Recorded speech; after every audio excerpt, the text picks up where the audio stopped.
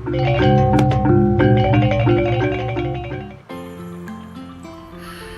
tengah hiruk-pikuknya kota Denpasar juga terdapat sebuah lapangan hijau yang disebut dengan lapangan Puputan Margarana, di mana di dalamnya terdapat sebuah monumen yang disebut dengan Monumen Perjuangan Rakyat Bali yang juga dikenal dengan nama Monumen Bajra Sandi.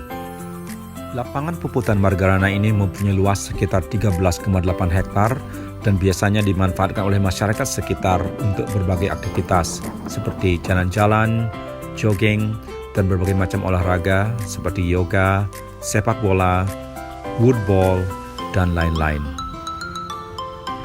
Di sini juga terdapat sebuah patung seorang lelaki parubaya yang memegang tameng Pancasila dan menginjak raksasa Butakala, di mana patung ini merupakan simbol dari perlawanan rakyat Bali melawan aksi premanisme dan juga peredar narkoba yang berada di Bali.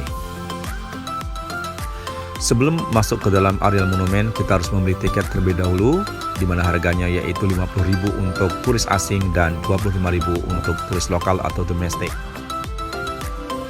Secara horizontal, areal Monumen Bajra Sandi dibagi menjadi 3 bagian yang mengacu pada konsep yang disebut dengan Trimandala.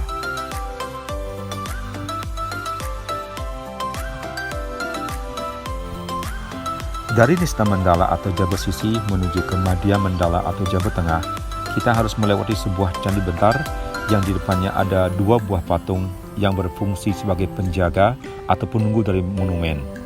Kedua patung itu adalah Iratu Wayan Tebeng dan juga Sang Kala Katungkul.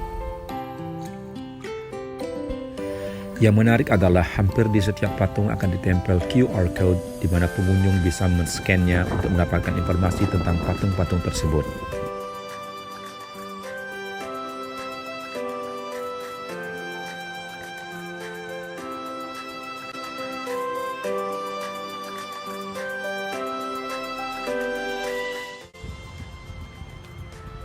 Selamat siang teman-teman, apa kabar? Oke, sekarang saya berada di depan Monumen Perjuangan Rakyat Bali yang juga dikenal dengan nama Monumen Bajra Sandi yang terletak di Renoa teman-teman. Ya, saya yakin teman-teman sudah banyak yang datang ke sini. Jadi hari ini saya ke sini karena ingin melihat apa saja yang ada di dalam monumen ini. Jadi kalau teman-teman tertarik, mari ikuti perjalanan saya. Oke.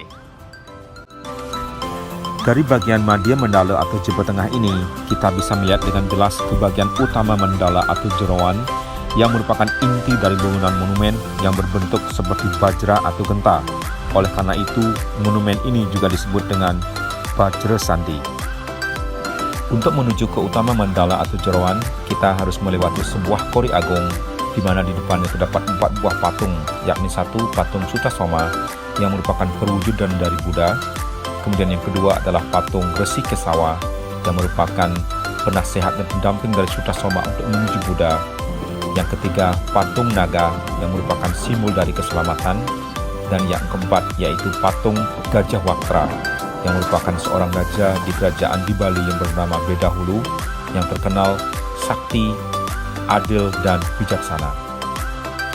Di dalam utama mandala atau jeroan, kita akan menemukan sebuah kolam yang mengelilingi bangunan monumen. Kolam ini merupakan simbol dari Kesiranawa atau lautan susu, dan keseluruhan bangunan monumen merupakan simbol dari Mandaragiri. Jadi, ini merupakan cerita dari pemutaran Mandaragiri yang dilakukan oleh para dewa dan para daitya dalam usaha untuk mendapatkan tirta amerta. Kemudian, sebelum masuk ke dalam monumen, kita juga akan menjumpai 2 buah patung, yaitu patung Dewa Rama yang merupakan awatara dari Dewa Wisnu sebagai penjaga alam semesta, dan juga patung Dewi Sita yang merupakan inkarnasi dari Dewi Laksmi yang merupakan simbol dari kesuburan.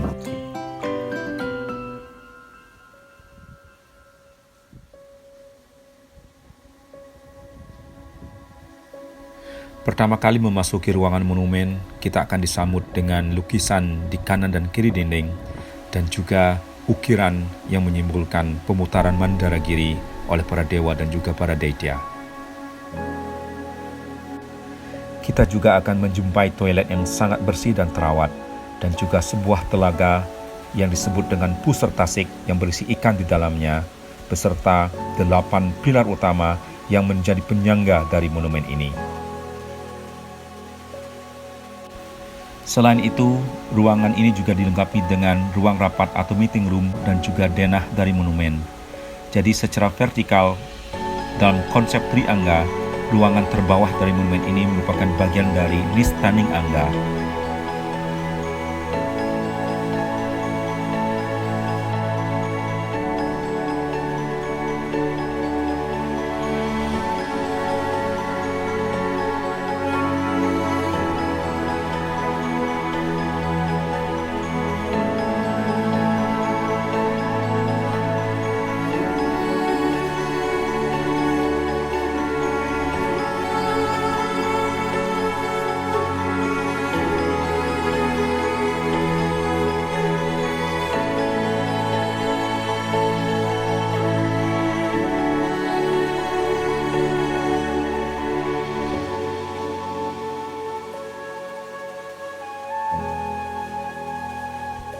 Selanjutnya kita akan menaiki tangga untuk menuju ke bagian kedua dari Triangga, yaitu Madyaning Angga, di mana terdapat 33 buah diorama yang menceritakan perjuangan rakyat Bali dari masa ke masa, yaitu dari masa prasejarah hingga mengisi kemerdekaan.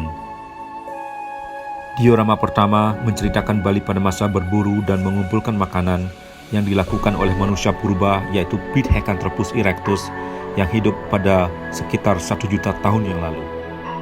Diorama kedua menceritakan Bali pada masa perundagian yang ditandai dengan adanya penguburan mayat dalam sarkofagus dan juga pembuatan wadah dari perunggu yang disebut dengan nekara dan juga menir. Diorama ketiga menceritakan tentang penemuan stupika dari tanah liat yang berisi mantra-mantra Buddha yang diperkirakan berasal dari abad ke-8 sampai ke-9 Masehi, dan juga tentang prasasti Sukawana. Diorama keempat menceritakan tentang seorang Maharsi Agung, yaitu Maharsi Markandeya, yang datang ke Bali pada abad ke-8 Masehi. Diorama kelima menceritakan tentang era pemerintahan Sri Kesari Warmadewa, di mana beliau memerintahkan untuk membangun 2 buah tugu kemenangan, yaitu di desa Belanjong Sanur dan juga di desa Penempahan Tapak Siring, Gianyar. Diorama ke-6 menceritakan tentang pemerintahan Raja Udayana bersama istrinya Gunapriya Dharmapatni, di mana dalam pemerintahan mereka terdapat banyak kemajuan di bidang arsitektur dan kesusastraan di Bali. Diorama ke-7 menceritakan tentang Empu Kuturan yang memperkenalkan konsep Kahyangan 3, di mana beliau diundang ke Bali pada masa pemerintahan Sri Ratu Gunapriya Dharmapatni sekitar abad ke-11. Diorama ke-8 menggambarkan tentang kehidupan Banjar yang sudah dimulai sejak abad ke-11 Masehi, di mana terlihat beberapa anggota Banjar sedang mengadakan sangkap atau meeting sebagai media untuk mengambil keputusan. Diorama ke-9 menceritakan tentang sistem subak yang sudah diperkenalkan pada abad ke-11 ini, di mana subak merupakan organisasi yang mengatur tentang pengairan atau irigasi terhadap sawah-sawah yang ada di Bali. Diorama ke-10 menceritakan tentang raja terakhir dari kerajaan Bali kuno, yaitu Sri Astasura Ratnabumi Banten, yang kemudian ditaklukkan oleh ekspedisi Gajah Mada dari Majapahit sekitar abad ke-14 Masehi. Diorama ke-11 menceritakan tentang penobatan Sri Krishna ke Pakisan setelah penaklukan Raja Sri Astasura Ratnabumi Banten oleh Gajah Mada pada abad ke-14 Masehi. Diorama ke-12 menceritakan tentang pemerintahan Dalem Ketut Melesir yang merupakan putra kedua dari Sri Krishna ke Pakisan, di mana terjadi pemindahan pusat pemerintahan dari Semprangan ke Gelgel dan juga terjadinya pembangunan pura dasar Gelgel. Diorama ke-13 menceritakan tentang pemerintahan Dalem Waturenggong yang menggantikan ayahnya Dalem Ketut Melesir, di mana Bali mencapai puncak kejayaan termasuk lahirnya karya-karya sastra dan kesenian yang bernilai tinggi. Sedangkan diorama ke-14 menceritakan tentang Damhyang Nirarta atau Pedanda Sakti Wawurau yang datang ke Bali dan beliau yang memperkenalkan tentang bangunan Padmasana sebagai stana Ida Sang Hyang Widiwasa.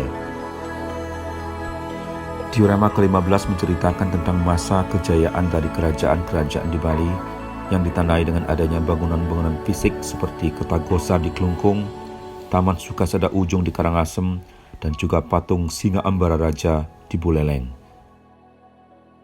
Diorama ke-16 menceritakan tentang Patih Jelantik yang merobek surat Gubernur Jenderal Belanda karena meminta untuk membatalkan hak tawan karang terhadap sebuah perahu yang terdampar di wilayahnya. Diorama ke-17 menceritakan tentang dahsyatnya Perang Jagaraga yang terjadi pada tahun 1849, di mana akhirnya Patih Jelantik beserta istrinya Jero Jempiring gugur dalam medan laga.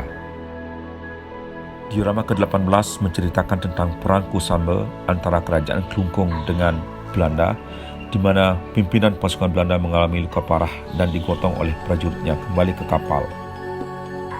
Diorama ke-19 menceritakan tentang perlawanan rakyat Banjar yang dipimpin oleh Ida Maderai terhadap kekuasaan Belanda di wilayah Kerajaan Buleleng. Diorama ke-20 menceritakan tentang Puputan Badung, yaitu perang antara Kerajaan Badung melawan Belanda yang terjadi tahun 1906 setelah terjadinya insiden kapal dagang Sri Komala yang terdampar di Pantai Sanur.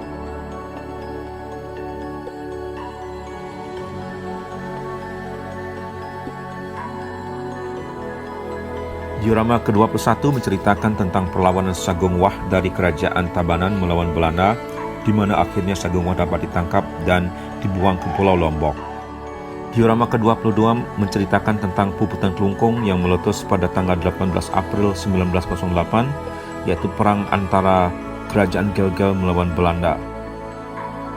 Diorama ke-23 menceritakan tentang bangkitnya organisasi-organisasi pemuda yang terjadi sekitar tahun 1923 sampai 1928. Diorama ke-24 menggambarkan Bali di bawah fasisme Jepang, di mana rakyat Bali melakukan kerja paksa untuk membuat jalan, membuat perlindungan dan juga mengangkut barang-barang untuk kebutuhan perang antara Jepang dengan sekutu di Samudra Pasifik.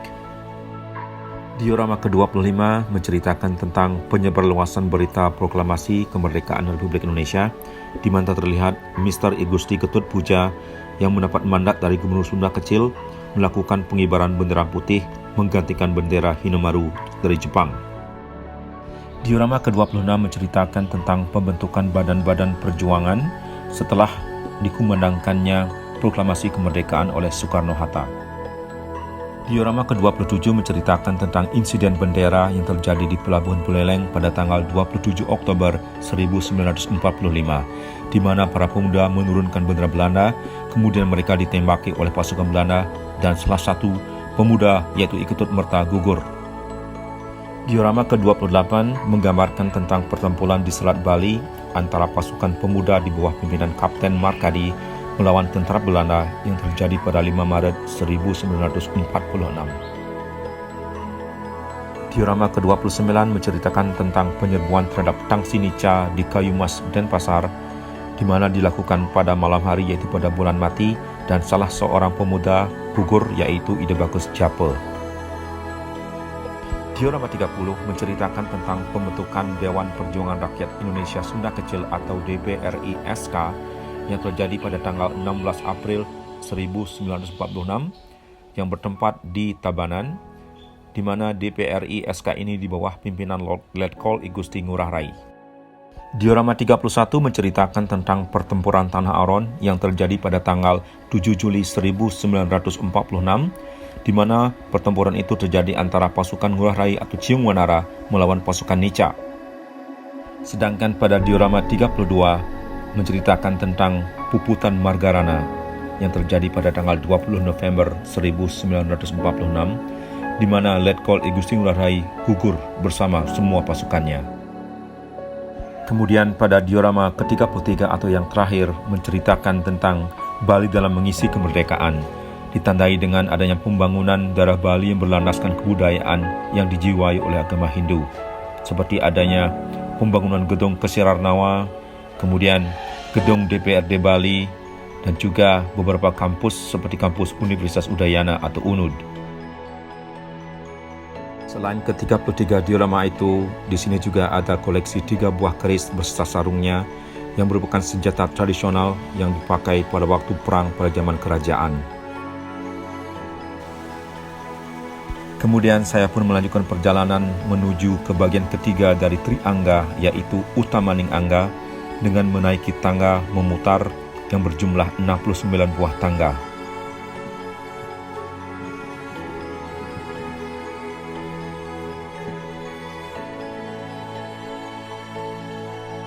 Di sini merupakan ruang peninjauan dan juga tempat merenung sambil menikmati suasana keindahan di sekeliling monumen. Dan di bagian langit-langit kita juga akan menjumpai senjata-senjata dari kesembilan dewa penjaga penjuru mata angin atau yang lebih dikenal dengan Dewata Nawasanga.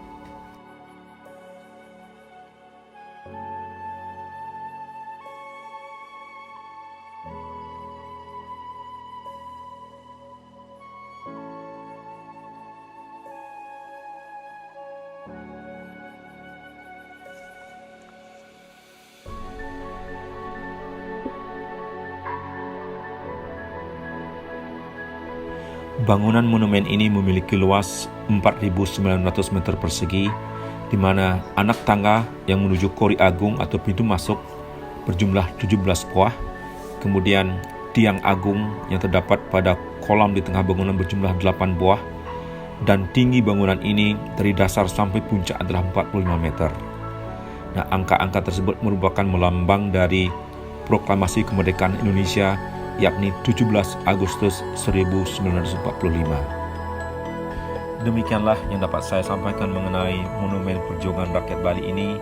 Semoga kita semua bisa mengabadikan jiwa perjuangan rakyat Bali dari masa ke masa dan juga mewariskan semangat patriotisme dalam wujud bela berkorban, cinta tanah air, cinta persatuan dan kesatuan, dan juga cinta perdamaian, dan terlebih lagi menjaga keutuhan negara kesatuan Republik Indonesia.